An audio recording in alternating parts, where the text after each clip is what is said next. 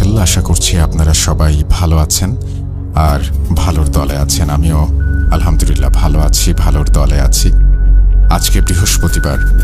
শুরুতে আপনাদের সবাইকে rjrussellbooth.com ইউটিউব চ্যানেলের পক্ষ থেকে অনেক অনেক অনেক অনেক শুভেচ্ছা, শুভকামনা। আমরা শুরু করব আজকের যে ঘটনাটি, সেটি আমাদেরকে পাঠিয়েছেন আপনাদের অত্যন্ত পরিচিত এবং আপনাদের কাছে অত্যন্ত জনপ্রিয় একজন স্টোরি টেলার সুকান্ত মাইতি। সুতরাং প্রথম থেকে শেষ পর্যন্ত আমাদের এই ঘটনাটি শুনবেন বলে আমাদের বিশ্বাস। যদি ভালো লাগে অবশ্যই আমাদেরকে জানাবেন এবং কমেন্ট করতে ভুলবেন না। জানিয়ে দেবেন যে কেমন লাগলো আমাদের এই স্টোরি, এবং আপনাদের কমেন্টের অপেক্ষায় থাকলাম। যেভাবে লেখা আছে আমি সেভাবেই শুরু করছি। আসসালামু আলাইকুম রাসেল ভাই, জানি আল্লাহর রহমতে আপনি সর্বদাই ভালোর দলে থাকেন। রাব্বি ভাই সহ ভূত.com-এর সমগ্র টিমের প্রতি সেলাম, স্নেহ ও ভালোবাসা জানাই। জানি তারাও আল্লাহর রহমতে সুস্থ আছেন। যে সমস্ত নিষ্পাপ প্রাণ অকালে ঝরে গেল, তার খেসারত কেউ কোনোদিন পূরণ করতে পারবে না।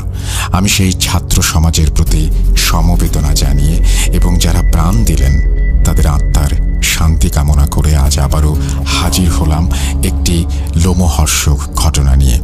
ঘটনাটি কলকাতা থেকে ভূত.com-এর একজন একনিষ্ঠ শ্রোতা পাঠিয়েছেন, কিন্তু ব্যক্তিগত কারণবশত তিনি তার নাম প্রকাশে অনিচ্ছুক। ভুল ত্রুটি ক্ষমা সুন্দর দৃষ্টিতে দেখার অনুরোধ রইল। চলুন ঘটনায় যাওয়া যাক। কলকাতা, যাকে তিলোত্তমাও বলে, আবার কেউ কেউ বলে সিটি অফ জয়। কিন্তু এই কলকাতার আনাচে কানাচে বহুল প্রচলিত অলৌকিক ঘটনা লুকিয়ে আছে। তার বেশ কিছুই আমরা অনেকেই জানি। বিশেষ করে যারা কলকাতা থেকে শুনছেন তারা হাওড়া ব্রিজ সম্পর্কে জানবেন বা দেখেননি সেটা হতে পারে না। তবে শুধু অতি আশ্চর্য সুন্দর না, রাতের গহীনে হাওড়া ব্রিজের আনাচে কানাচে যে সমস্ত অলৌকিক রহস্য লুকিয়ে আছে, সেটা যে সবসময় লোকসম্মুখে আসে তা কিন্তু নয়। আচ্ছা, এখানে বলে রাখি, আজ আমি ঠিক করেছি যে ভূত, প্রেত, পিশাচ, শয়তান, জিন, বেতাল কোনরূপ অতিরঞ্জিত বিশেষণ ব্যবহার করব না, কারণ দিনের শেষে এই সবই একটি শক্তির স্বরূপ। হতে পারে তার নেগেটিভ শক্তি, হতে পারে তার লোকচক্ষুর আড়ালে থাকে। তাই আজকে আমি ঘটনার মধ্যে অপশক্তি রূপে অভিহিত করব।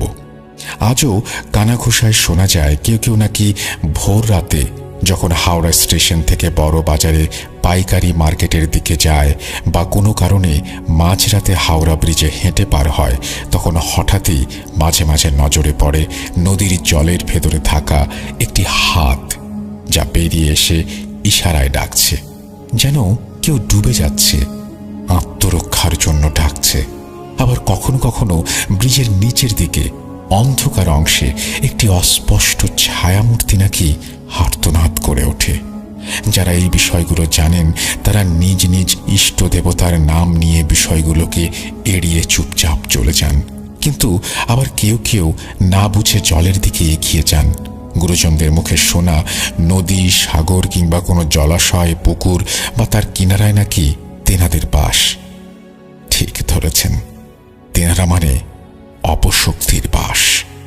আমরা জানি জোয়ার ভাটা প্রাকৃতিক নিয়মেই ঘটে, কিন্তু দাদু ঠাকুমার কাছে শুনেছি সন্ধ্যার সময় জোয়ার ভাটার টানে জলে নামতে নেই। সত্যিই কি তাই? তবে আমার জানা মতে আজ পর্যন্ত কোনো তুখোর সাঁতারু জোয়ার ভাটার সময় সাহস দেখাননি জলে নামতে, যে যত বড়ই সাঁতারু হোক না কেন। হাওড়া ব্রিজের নিচে সত্যি কি কোনো ছায়ামূর্তি দেখা যায়? সত্যি কি কেউ জল থেকে উঠে আসে বা জলের ভেতর থেকে হাত বাড়িয়ে মানুষকে ডাকে? বাস্তবতা কতটুকু তা জানি না, তবে যার রটে তার কিছু তো ঘটে। সালটা সম্ভবত 1992 কি 93। 24 বছর বয়সী অখিলেশ পড়াশোনার পাঠ চুকিয়ে বিহারের ভাগলপুর থেকে সোজা উত্তর কলকাতার শ্যামবাজারে তার কাকার সুপারিশে একটি প্রাইভেট কোম্পানিতে ক্লার্কের কাজে যোগ দেয়। অখিলেশ যাদব ছদ্মনাম। ইতোমধ্যে কলকাতায় আসার পূর্বে কলকাতার আনাচে কানাচে অন্ধকার গলি, আকাশবাণী ভবন, ডালহৌসি, কলকাতার জাদুঘর, এমনকি হাওড়া ব্রিজ সম্পর্কে নানা অতি প্রাকৃতিক বিষয়ক ঘটনা, গাল গল্প তার কাকাতো ভাইয়ের মুখে শুনেছিল। কিন্তু বরাবরই অখিলেশ বাস্তববাদী, কিছুটা নাস্তিক প্রকৃতির, অন্তত সেই লোমহর্ষ ঘটনার পূর্বে তো বটেই। তাই এসব অপশক্তি বা তৃতীয় শক্তির অস্তিত্বের বিষয়ে খুব একটা পাত্তা না দিয়ে মজা করে উড়িয়ে দিয়েছিল। অখিলেশ কাকার রেডিমেড গার্মেন্টসের ব্যবসা আছে কলকাতায়, কাকুরগাছিতে তাদের বাড়ি। তা সত্ত্বেও অখিলেশ কাকার বাড়িতে না উঠে একটু নিজের মতো করে থাকার উদ্দেশ্যে মানিকতলায় একটি পেইন গেস্ট বাড়িতে ওঠে। এতে কাকার আপত্তি থাকলেও স্বাধীন চেতা যুবক ছেলে একটু নিজের মতো করে থাকতে চায়, তাই কাকা তাতে সম্মতি দেন। ঘটনাটি বাড়িওয়ালার ছেলের কাছ থেকে সংগ্রহীত। দেখতে দেখতে 3 মাস কেটে যায়। অফিসে কলিগদের সাথে আলাপচারিতার পর্বও শেষ। এখন সম্পর্কগুলো ধীরে ধীরে বন্ধুত্বের দিকে গড়াতে থাকে।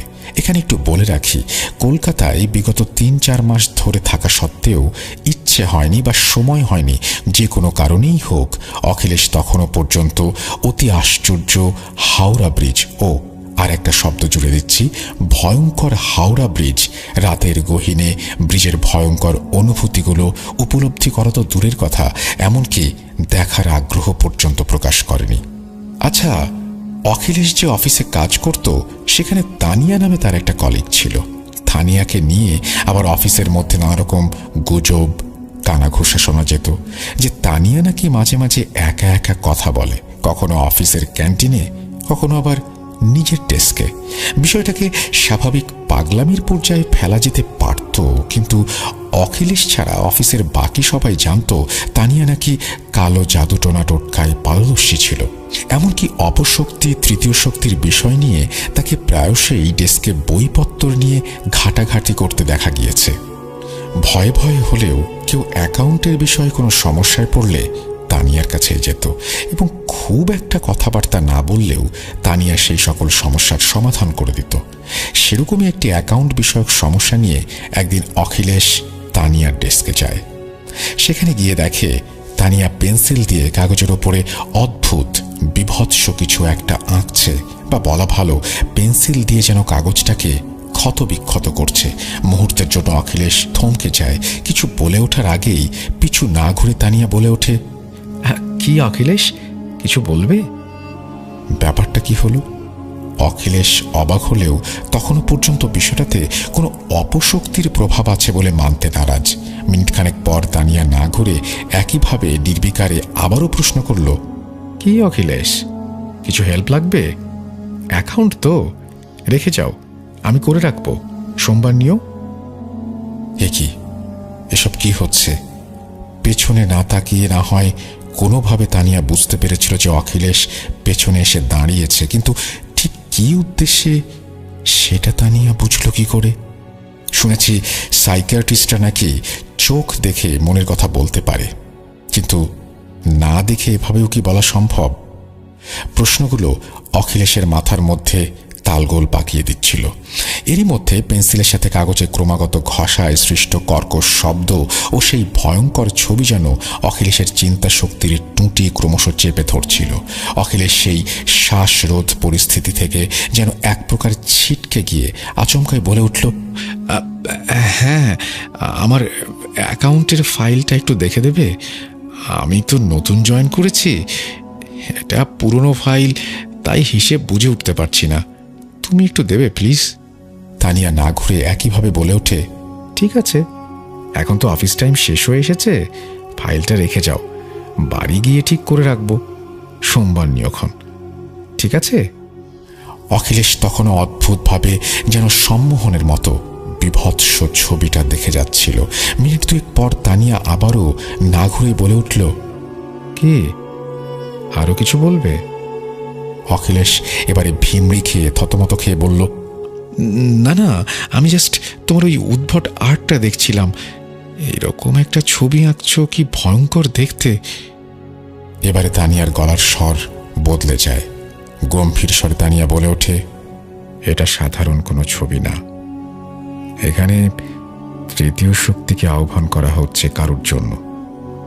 সেই মুহূর্তে আর কোনো কথা না বাড়িয়ে অখিলেশের চলে আসা উচিত ছিল, কিন্তু অদৃষ্টে বোধহয় অন্য কিছু লেখা। তাই দুর্ভাগ্যবশত না ফিরে গিয়ে সেদিন তানিয়ার পেছনে দাঁড়িয়ে থেকে অখিলেশ বড্ড ভুল করে কিছুই মানে না। অখিলেশের ওইভাবে হেসে ওঠাটা উচিত হয়নি, বড্ড ভুল করে ফেলেছে।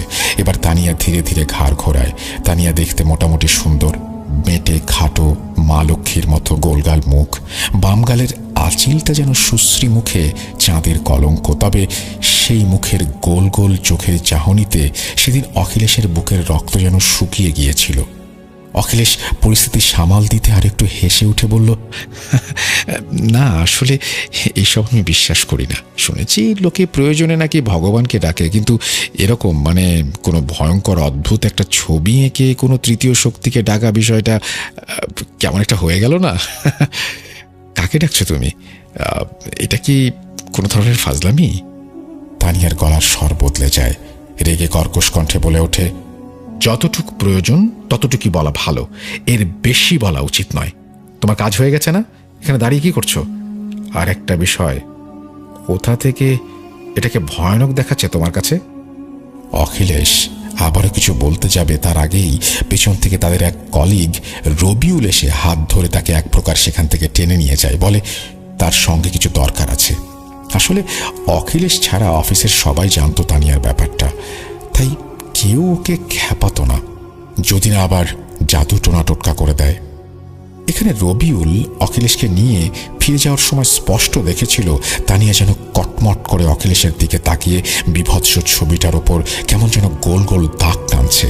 অখিলেশ রবিউলের এই উদ্ভট আচরণে অবাক হয়ে জিজ্ঞেস করতে যাবে কিছু একটা, তার আগে রবিউল বলে ওঠে, জোর বাঁচা বেঁচে গেছো ভায়া, সময় থাকতে তোমাকে ওখান থেকে নিয়ে চলে এসেছি, এই তোমার ভাগ্য। তোমার কি মাথা খারাপ হয়ে গেছে নাকি? ও যা করছে করুক, তাতে তোমার কি? তুমি জানো তানিয়া জাদু টোনা টোটকা জানে, ভূত প্রেত তৃতীয় শক্তি জিন পিশাচ নিয়ে ওর ওঠা বসা। তুমি আজ যা দেখেছ আমরা 2 বছর ধরে দেখে আসছি, আমরা কেউ তাকে খ্যাপাই না। একবার তো আমাদের এক কলিগের সঙ্গে তানিয়ার কথা কাটাকাটি হয়, তানিয়া শুধু কটমট করে তার দিকে তাকিয়ে বলেছিল, ঠিক আছে সাবধানে বাড়ি যাস। সেদিনই বেচারা অ্যাক্সিডেন্ট করে। বলতে পারো এটা কাকতালীয়, কিন্তু সেই কলিগ পরবর্তীতে বলে যে কোনো একটা কালো ধোঁয়ার ন্যায় অবয়ব নাকি তাকে গাড়ির সামনে ঠেলে দিয়েছিল। জানি না এর মধ্যে কতটা সত্যতা লুকিয়ে আছে, তবে তারপর থেকে তানিয়াকে এড়িয়েই চলি। তুমি এড়িয়ে চলো ভায়া, এটাই তোমার জন্য মঙ্গল হবে। কেবল তানিয়াকে ফাইল দিতে গিয়েছিল এবং সেখানে গিয়ে সেই ভয়ঙ্কর ছবি দেখে শুধুমাত্র তাকে জিজ্ঞেস করেছে, আর তো কিছু করেনি। অখিলেশ হাসতে হাসতে বলে ওঠে, দোস্ত কিছু মনে করো না, তোমরা বাঙালিরা সব ভিতর ডিম, এই জন্যই লোকে বলে যে বাংলায় জাদু টোনা টোটকা বেশি চলে। কেন কেন মানুষ একটুতেই ভয় পায়? শোনো, আমি না ভগবান বিশ্বাস করি, না ভূত প্রেত পিশাচ কোনো অপশক্তিকে বিশ্বাস করি। দাঁড়াও 1 মিনিট। এই বলে অখিলেশ চেয়ার ছেড়ে উঠে পড়ে। শুনেছি যারা আল্লাহ ভগবানে বিশ্বাস করে না তাদের উপর নাকি তেনারা খুব তাড়াতাড়ি ভর করে। অখিলেশ হাসতে হাসতে চেঁচিয়ে ডেকে ওঠে তানিয়াকে, তানিয়া, শুনলাম তোমার নাকি ভূত প্রেত তৃতীয় শক্তি অপশক্তির সাথে ওঠা বসা, জাদু টোনা টোটকা করতে পারো, তাই অফিসের কলিগরা নাকি তোমাকে ভয় পায়, এড়িয়ে চলে। আমি এসব ভূত প্রেত ভয় পাই না, ভগবান মানি না।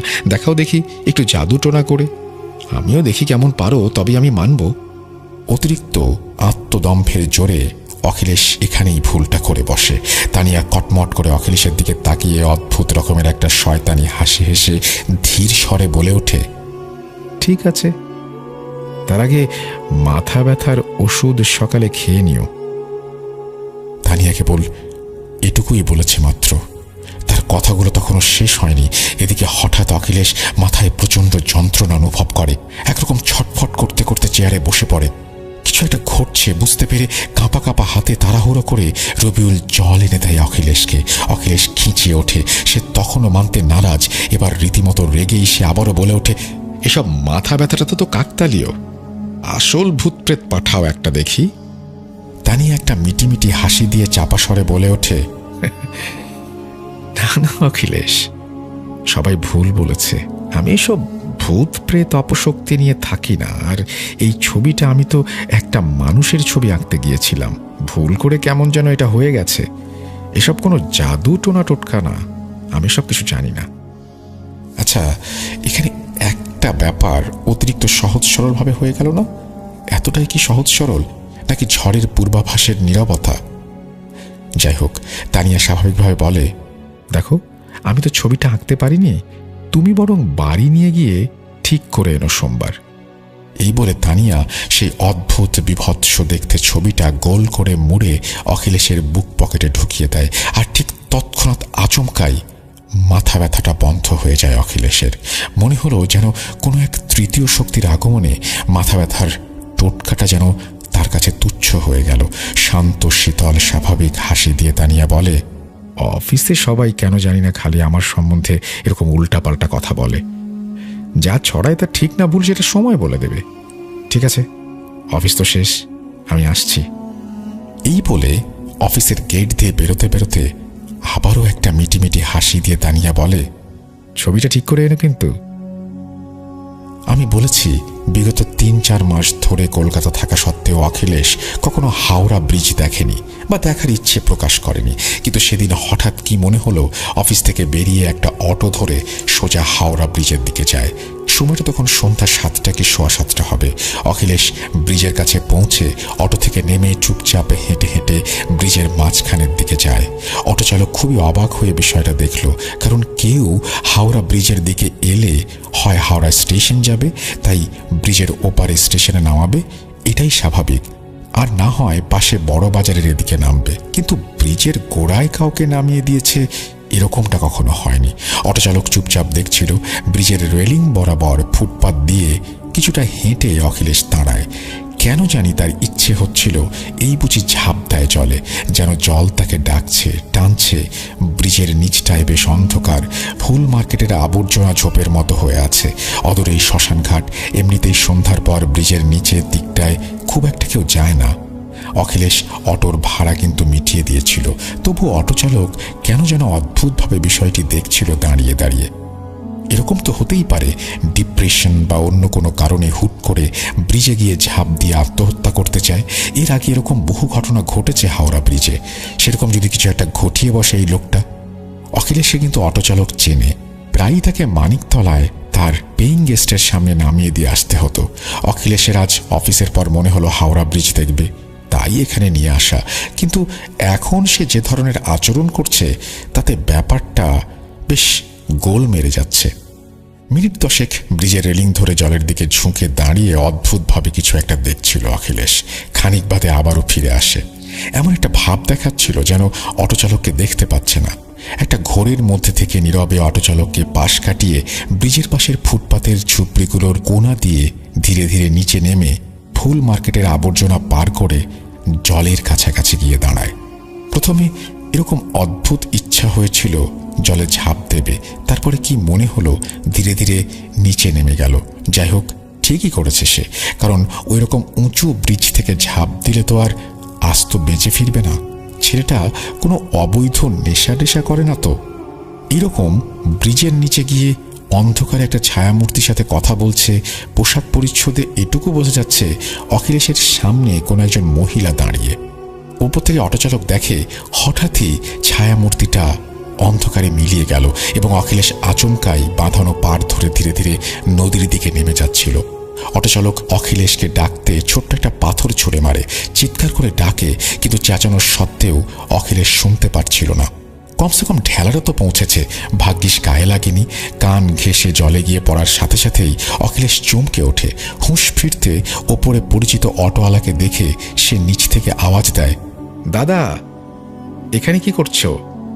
উত্তরে অটোচালক ওপর থেকে উত্তর দেয়, ভাইয়াজি, আপনি ওখানেই দাঁড়ান, আমি আসছি, আমি যাচ্ছি আপনাকে আনতে। অটোচালক অখিলেশকে নিয়ে এসে অটোতে বসায়। উদ্ভ্রান্তের মতো লাগছিল অখিলেশকে। সে আচমকায় অটোচালককে প্রশ্ন করে, দাদা, আমাকে এখানে কেন নিয়ে এসেছিলেন? আপনি তো জানেন আমি কোথায় থাকি।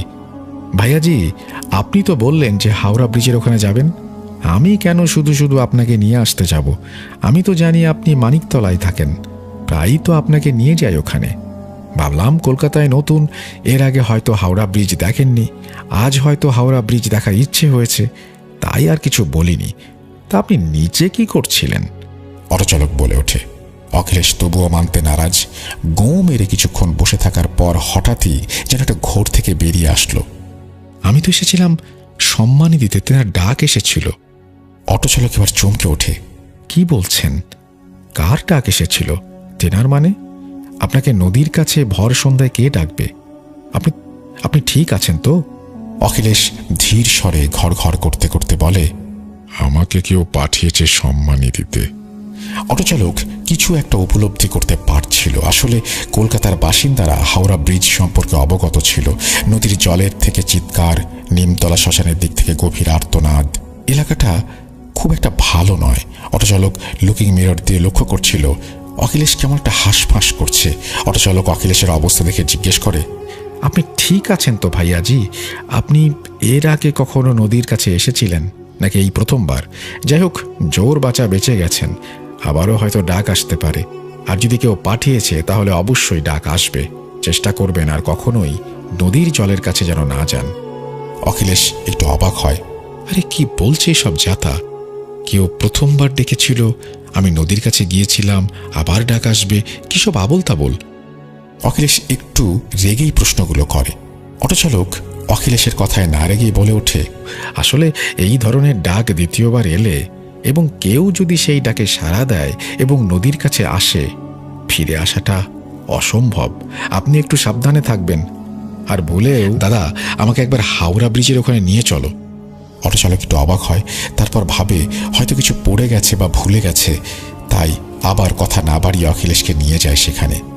আচ্ছা, একটু আগেই তো অটোচালক নিজেই বলেছিল যে তেনাদের ডাক বা অপশক্তির ডাক দ্বিতীয়বার আসলেই বিপজ্জনক হয়ে ওঠে। দুর্ভাগ্যবশত সেই দ্বিতীয়বারের ডাক বোধহয় এসে গেছে। অটোচালক দেখে ব্রিজের নিচে জঞ্জালের পাশে গিয়ে অখিলেশ বসে পড়ে। অখিলেশের ওই রকম অদ্ভুতভাবে নদীর পাড়ে জঞ্জালের কাছে অন্ধকারে বসে পড়াতে তার বুঝতে বাকি ছিল না কি হচ্ছে। নিশ্চয়ই কোনো অপশক্তি জল থেকে উঠে এসেছে এবং খেলা যা হবার হয়ে গেছে। নির্ঘাত কেউ এই অপশক্তিকে পাঠিয়েছে। অপদেবতা বা অশরীরী অপশক্তিদের ঘর যে নদী, তা তো আগেই বলেছি। অটোচালক কি করবে কিছুই বুঝে উঠতে পারছিল না। ঠিক সেই সময় আরেকটি অটো পাশ দিয়ে যাচ্ছিল। ওই রকম উদ্ভটভাবে দাঁড়িয়ে নিচের দিকে তাকাতে দেখে অটো থামিয়ে দ্বিতীয় অটোচালক এসে জিজ্ঞেস করে, কি হয়েছে? প্রথম অটোচালক তাকে সমস্ত বিষয়ে বুঝিয়ে বলে। বিস্ময়ে বলে ওঠে, কোনো প্রেত বা অপশক্তির ছায়া ছেলেটির ওপর পড়েছে। আপনি তো জানেন, জলের পাশে জঞ্জাল, এরকম ঝোপঝাড়ের কাছেই তো তেনাদের বাস, পাশেই তো নিমতলার শ্মশান। এরপর তারা দুজনে ধরাধরি করে অখিলেশকে অটোতে নিয়ে এসে বসানোর পর আর দেরি না করে অটোচালক তাকে মানিকতলায় সোজা তার বাড়িতে পৌঁছে দেয়। অখিলেশকে নামাতে গিয়ে অটোচালক দেখে একজন মেয়ে সেখানে দাঁড়িয়ে কেমন একটা বিস্ময়ের বা কৌতূহলের দৃষ্টিতে অটোর দিকে তাকিয়ে আছে। কিছু বলে ওঠার আগেই মেয়েটি নিজেই এগিয়ে আসে। দাদা, কি হয়েছে? দাদা, কখন থেকে শরীর খারাপ? বলে অখিলেশকে ধরে নামায়। অখিলেশের তন্দ্রা তখনও কাটেনি। অটোচালক একটু অবাক হয়, ভাবল হয়তো অখিলেশের পরিচিত কেউ হবে। যদিও আজ পর্যন্ত সে অখিলেশকে যতবারই বাসায় নামিয়েছে, কোনোদিন এই মেয়েটিকে দেখেছে বলে তো মনে হয় না। কেমন একটু সন্দেহজনক লাগছিল ব্যাপারটা। তাই অটোচালক গলি ছাড়িয়ে একটু আড়ালে গিয়ে অটো থামিয়ে বিষয়টা একটু উঁকি দিয়ে দেখতে চায় এবং পেছন ঘুরে দেখতে এসে চমকে ওঠে। দেখে মেয়েটি অখিলেশকে রাস্তার ওপর বসিয়ে তার পকেট থেকে একটি কাগজ বের করে, মাথার ওপর 3 বার গোল গোল করে ঘুরিয়ে উল্টো দিকের পথ ধরে হাঁটতে শুরু করে। নিরিবিলি গলি, বাড়ি ঘর দৌড় থাকলেও বেশ কিছুদিন ধরে সেখানে কলোনির ল্যাম্পপোস্টগুলো খারাপ হয়ে আছে। ফলে পাশের বাড়ির জানলা থেকে আসা আলোটুকুতে যেটুকু বোঝা যাচ্ছিল অখিলেশ নিজের পেইং গেস্টের বাসার দিকে তাকিয়ে ঠায় পাথরের মতো রাস্তায় বসে আছে। আসলে মেয়েটি ছিল তানিয়া। সে হাঁটতে হাঁটতে অন্ধকারে মিলিয়ে যায়। পরিস্থিতি বেগতিক দেখে অটোচালক দৌড়ে যায় অখিলেশের কাছে। সেখানে গিয়ে অখিলেশকে ধরতে যাবে তার আগেই আচমকায় অখিলেশ শটান রাস্তার পিছে সজোরে মাথা ঠোকে। সঙ্গে সঙ্গে মাথা ফেটে রক্ত কালো পিচে মিলেমিশে একাকার হয়ে যায়। অটোচালক কাপড় চেপে কোনো রকমে অটোতে বসিয়ে পাশের হসপিটালে নিয়ে যায়। স্বাভাবিকভাবে হলেও একটা বিষয়ে ডাক্তার ভীষণ অবাক। ডাক্তার জানায় অখিলেশের নাকি থেকে থেকে নাড়ি বন্ধ হচ্ছে আবার চালু হচ্ছে। প্রায় 1.5 ঘন্টা পর অখিলেশের হুঁশ ফিরে আসে। ডাক্তার স্বাভাবিকভাবেই জিজ্ঞেস করে, কি করে পড়ে গেলেন অখিলেশ বাবু? মাথা ঘুরে গিয়েছিল কি? কিন্তু উপস্থিত সবাইকে চমকে কেমন একটা ফ্যাঁস ফ্যাঁসে কণ্ঠে অখিলেশ বলে, কে? অখিলেশ কে? আমার নাম তানিয়া। মানে? সবাই চমকে ওঠে। অটোচালকের মুখে আতঙ্কের ছাপ। মনে মনে সে সন্দেহ করে নিশ্চয়ই সেই মেয়েটি যাকে সে সন্ধেবেলা দেখেছে, তার নামই হয়তো তানিয়া, এবং ওই কিছু একটা টোটকা করেছে। প্রায় ঘণ্টাখানেক প্রশ্ন করার পরেও অখিলেশের সেই একই উত্তর যে তার নাম তানিয়া। ডাক্তার অটোচালককে জানায় হয়তো মাথায় চোট লেগেছে, তাই এরকম ভুল বকছে। তারা আরও 2 দিন অবজারভেশনে রাখতে চায় অখিলেশকে, এবং অটোচালককে বলে যে বাড়ির লোকজনদের খবর দিতে। পেইং গেস্ট অফিস চিনলেও অখিলেশের কাকার বাড়ি অটোচালক চিনত না। এদিকে পেইং গেস্টের বাসায় এসে দেখে বাসা পুরো খালি, বাড়িওয়ালা ওখানে থাকে না। পরদিন শনিবার, অফিস খোলা থাকবে কিনা কে জানে। কাল যদি না থাকে তাহলে সোমবার পর্যন্ত অপেক্ষা করতে হবে। অটোচালক পরদিন অফিসে গেলে দেখে অফিস বন্ধ। অগত্যা কি আর করা যায়। সোমবার অফিস খোলা মাত্রই অটোচালক সেখানে যায়। রবিউলও ঠিক সেই মুহূর্তে অফিসে ঢুকছিল। অটোচালকের মুখে অখিলেশের কথা শুনে চমকে ওঠে। তার চেয়েও বড় ধাক্কাটা খায় তানিয়ার নাম শুনে। রবিউল বুঝতে পারে খেলা যা হবার হয়ে গেছে। তারা দ্রুত হাসপাতালে যায়। রবিউল ডাক্তারকে বলে যে সে অখিলেশের বন্ধু, সমস্যা নেই, সে অখিলেশকে ডিসচার্জ করে নিয়ে যাবে। ডাক্তার শুনে হাসি মুখে বলে, তারা দরকার হবে না, অখিলেশ বাবুর বোন এসেছিল, তিনিই সব বিল ক্লিয়ার করে অখিলেশ বাবুকে ডিসচার্জ করে নিয়ে গেছেন। এই তো মিনিট 10-15 হলো। কি বলছেন? তার বোন নিয়ে গেছে মানে? আচ্ছা ডাক্তারবাবু, একটু বলবেন মেয়েটি কি একটু বেঁটে খাটো, গোল গোল মুখ, বাম গালে ছোট্ট একটা আঁচিল আছে? রবিউলের প্রশ্নে আবারও ডাক্তারবাবু সহাস্যে সম্মতি জানান। বেশি দেরি হয়নি। রবিউল ও অটোচালক এক প্রকার দৌড়ে হাসপাতাল থেকে বেরিয়ে আসে। হাসপাতাল থেকে বেরিয়ে বাঁদিকে একটি নিরিবিলি কাঁচা পাকা রাস্তা সোজা নদীর ঘাটের দিকে চলে গেছে। হঠাৎই তাদের নজর যায় সেই গলির ভেতর। দেখে অখিলেশ অজ্ঞান অবস্থায় পড়ে আছে। কাছে গিয়ে অখিলেশকে তুলতে যাবে, দেখে ডান হাতের 2 আঙুল কাটা। মনে হচ্ছে কেউ চিবিয়ে ছিঁড়ে নিয়ে গেছে। ধরাধরি করে তারা আবারও অখিলেশকে হাসপাতালে নিয়ে আসে। ডাক্তার পরীক্ষা করে দেখে ভীষণ অবাক হয়ে বলেন, অখিলেশ বাবুর আঙুলগুলো কোনো কুকুর কামড়ে ছিঁড়েছে এমন তো মনে হচ্ছে না। দাঁতের যা দাগ তা দেখে মনে হচ্ছে বড় কোনো জন্তু কেটেছে। কিন্তু এই শহরতলিতে কি এমন জন্তু ঘুরে বেড়াচ্ছে যা মানুষের চোখে পড়েনি? আচ্ছা, এই অখিলেশ বাবুর বোন কোথায়? বোনের ব্যাপারটা নানা কথার মাঝে এড়িয়ে রবিউল ডাক্তারকে বলে, কে জানে ডাক্তারবাবু কোন জন্তুতে কেটেছে। বাকি অনুমানটা রবিউল চেপে যায়। হয়তো সে জানত কে এই ঘটনা ঘটিয়েছে। পরবর্তীতে রবিউল বাড়িওয়ালাকে খবর দেয়, তবে অখিলেশ আর পেইং গেস্টের ওখানে ওঠেনি। বাড়িওয়ালা, রবিউল, অটোচালক সবাই মিলে তাকে তার কাকার বাড়ি রেখে আসে। অখিলেশ মাঝে মাঝেই পাগলামি করত, সুযোগ খুঁজত হাওড়া ব্রিজে যাবার জন্য, নদীর কাছে যাবার জন্য। হয়তো তার বাবা মায়ের পুণ্যের ফল কিনা জানি না, অখিলেশ 6 মাসের মধ্যে সুস্থ হয়ে ওঠে। কিন্তু এত কিছুর পরেও অখিলেশ ভগবানকে বিশ্বাস করেনি। ভূত প্রেত, অপশক্তি, তৃতীয় শক্তিকে সে এখন ভীষণ ভয় পায়। নদী, নালা, জলসায় এড়িয়ে চলে। অখিলেশ কাজটা ছেড়ে দেয় এবং পাটনায় একটি জব নিয়ে সেখানে সেটেল করে। আজও মাঝে মধ্যে কলকাতায় এলে বাড়িওয়ালা, রবিউল এবং সেই অটো চালকের সাথে দেখা করে, কিন্তু হাওড়া ব্রিজে যাওয়া তো দূরের কথা, তার নাম মুখে আনতে চায় না। সেই ঘটনার পর থেকে তানিয়াকে আর অফিসে দেখা যায়নি। শোনা যায় পরবর্তীতে তানিয়া হাওড়া ব্রিজ থেকে ঝাঁপ দিয়ে আত্মহত্যা করেছে। তবে কানাঘুষায় লোক এও বলে আজও নাকি কেউ কেউ গভীর রাতে হাওড়া ব্রিজের ওপর কালো শাড়ি পরা একটি বেঁটে খাঁটো গোলগাল মুখওয়ালা মেয়েকে হেঁটে যেতে দেখে, যার বাম গালের আঁচিলটা রাতে ব্রিজের আলোতে স্পষ্ট দেখা যায়। এ কেবলই কাকতালীয়, নাকি এর মধ্যে কোনো সত্যতা লুকিয়ে আছে জানি না। বিশ্বাস করা বা না করাটা শ্রোতা বন্ধুদের ব্যক্তিগত ব্যাপার।